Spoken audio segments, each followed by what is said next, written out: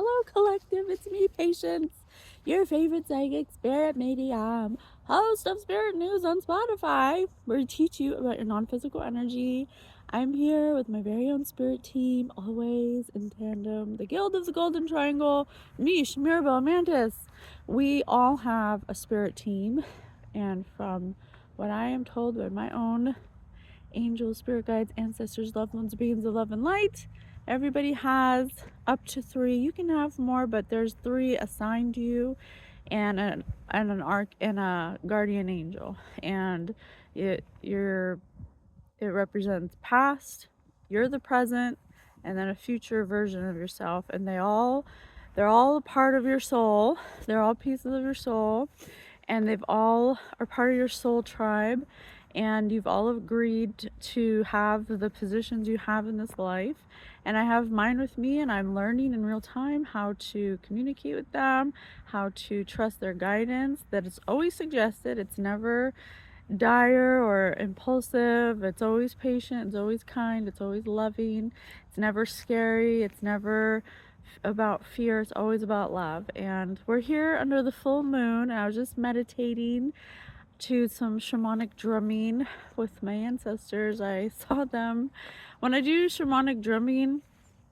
I always see my ancestors, but then if I do like other like if I hear flutes or whistles or certain tones will bring certain energies to. So I had a vision from my ancestors um, about divination, and it's so funny. Well, it's not funny.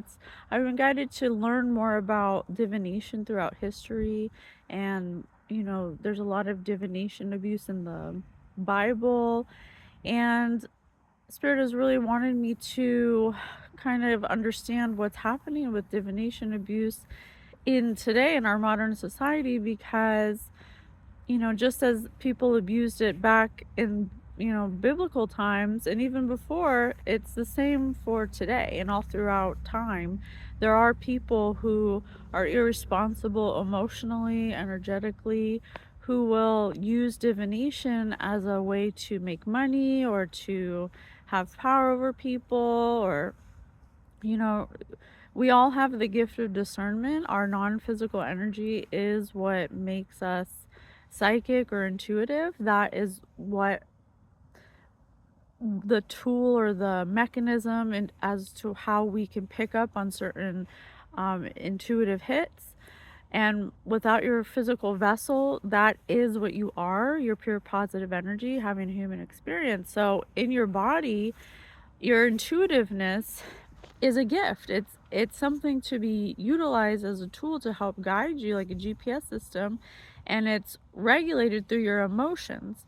And the more you can control your emotions, and the more you can sit in silence and be alone and be in gratitude and come from a heart space, that is soul technology. That is soul technology. That is a type of non-physical technology. It has no wires, just like Wi-Fi. It has no wires, it has no gears, it has it's an electrical impulse, an electromagnetic frequency that you emit. Everyone has their own emission, and it is what you can tap into. But if you have an unclear field that has unhealed wounds on it, that is still needing to be tended to, and you're not coming from a heart space, you're coming from the mind, you're not going to use your spiritual gifts the right way to be of service. And when you reach Christ consciousness, a level of discernment where you are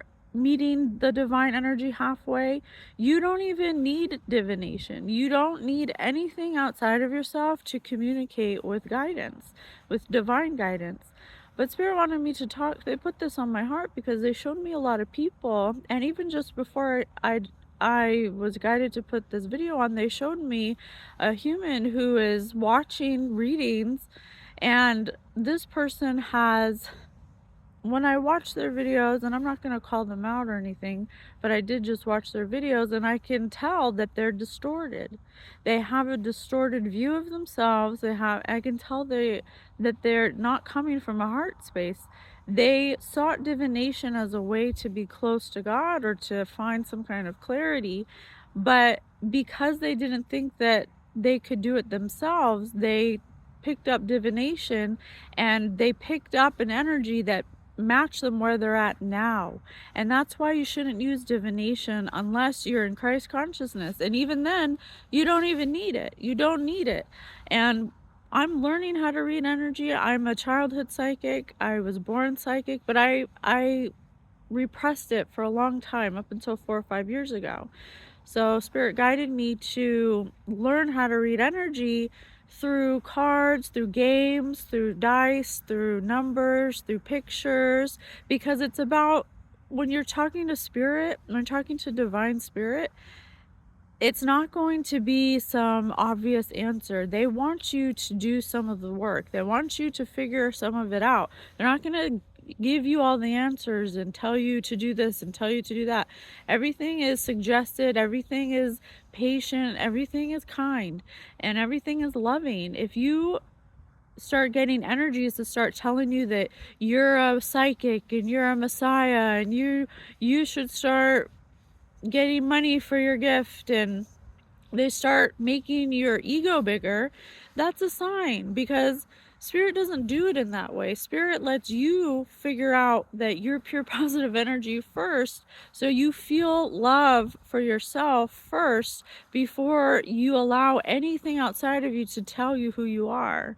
You have to know yourself first. So the vision I saw was multiple people seeking answers because they were in a negative space. They were in an emotional space. They were in some kind of emotional trauma, or they were, on substances, or they were trying to be cool, or like a lot of different scenarios to use divination that didn't come from a heart space. It came from a place of loneliness, of wanting, of chasing, of not truly believing, but wanting, having faith is walking by faith, not through sight. You have to know that you're 100% guided. You can't say, oh, this isn't real. Well, I'm just going to do it because I don't care. That's very irresponsible of you. That's being very disrespectful. And also, you're just inviting whatever comes through that's a match to where you are now, which usually is not in Christ consciousness, to come into your field, and you won't know it because it's non-physical energy. When you decide to pick up that Ouija board, when you decide to light those candles, when you decide to hook up that altar, what you're doing is you're glorifying, you're basically inviting false energy into your field to trick you. And they will trick you, and you won't know, because they're going to say that they're God. They're going to say that they're your angels. They're going to say that they're your ancestors, but they're not. And they're going to make you do things that you think are godly, and it's not. And you need to understand this. This is why God said, don't seek out divination. If you really want to speak to God, you really want to speak to your guides, all you got to do is meditate, or sit in silence, go for a walk, find things to be grateful for, do acts of kindness, smile, go to the gym, work out, take care of your body, eat the right foods. Those are the ways that you commune with God, that you commune with your Creator, by showing gratitude, by showing respect for your vessel that God's given you. Not, getting a Ouija board, or being with your friends and putting all the crystals out and saying, come whatever wants to come to me. No, that's not it. It's not it. And it's becoming this epidemic worldwide because nobody understands energy. Okay, they just are very impulsive, and they're very immature, and they're very irresponsible energetically and emotionally. You have to do the work first, before you you got to learn to walk before you crawl. And that's coming from me. I'm still learning.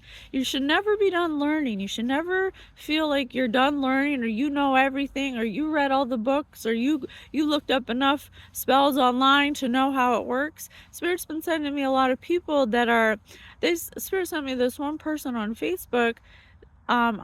When they said the name, I looked it up, and it was a witch, and she advertises that she's a witch, and that she's making posts about how she can cast spells for you to banish people, or to get you money, or whatever you're allowing her to do.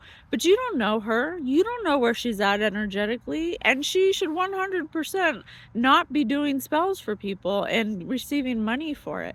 You don't need to do any spells. You don't need any altars. You don't even need to burn sage. All you need to do is believe that you are pure positive energy and find joy and energetically match joy. That's all you need to do. And have self-discipline, have self-control, take care of your body, sit in silence. There's people who can't even stand being by themselves, or even being alone in a room in silence for more than 5 minutes, because they can't even stand their own energy, because your energy is so mucked up with unhealed wounds and insecurities and traumas that you're not willing to look at, but you're willing to pick up a pendulum and ask it questions, and you don't even know who's answering it. So under this full moon, there's going to be a lot of people who feel like they have to do rituals and put things on their altars and all kinds of weird stuff. And they think they're doing that because it makes them powerful, or makes them special, or it makes them closer to spirit, or they're talking to their ancestors.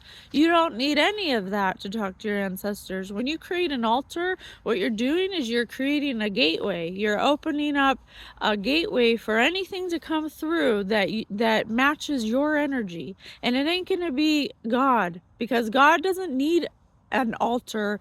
God is within you. God created you. You're a part of God.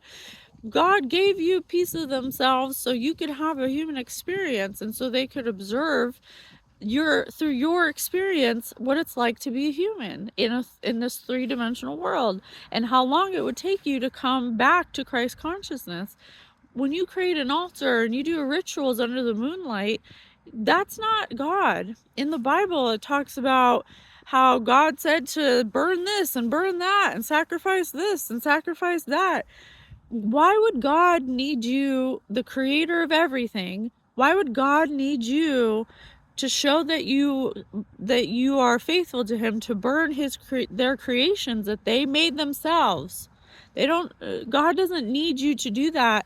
God is omnipotent. God knows your heart. God knows your heart before anyone else, before you do.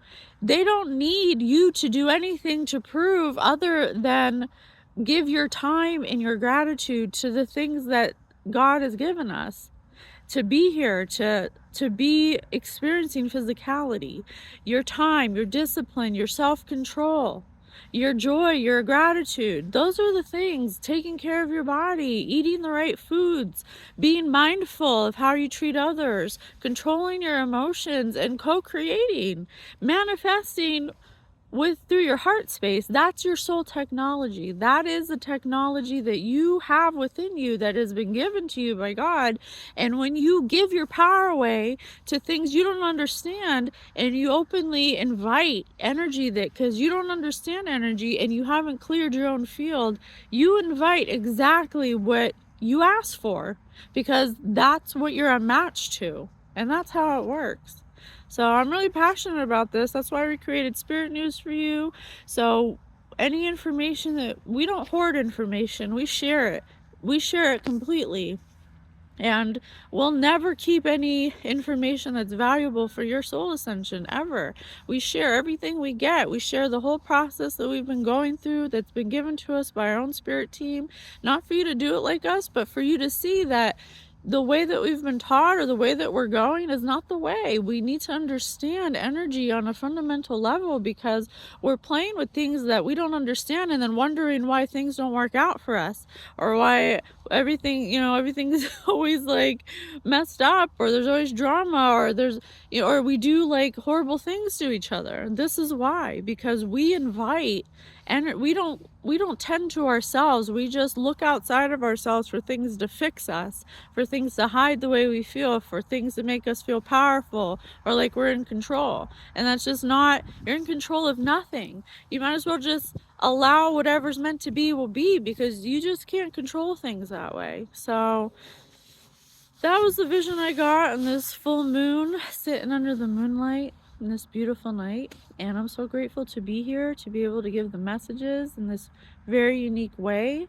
I'm so happy to be of service.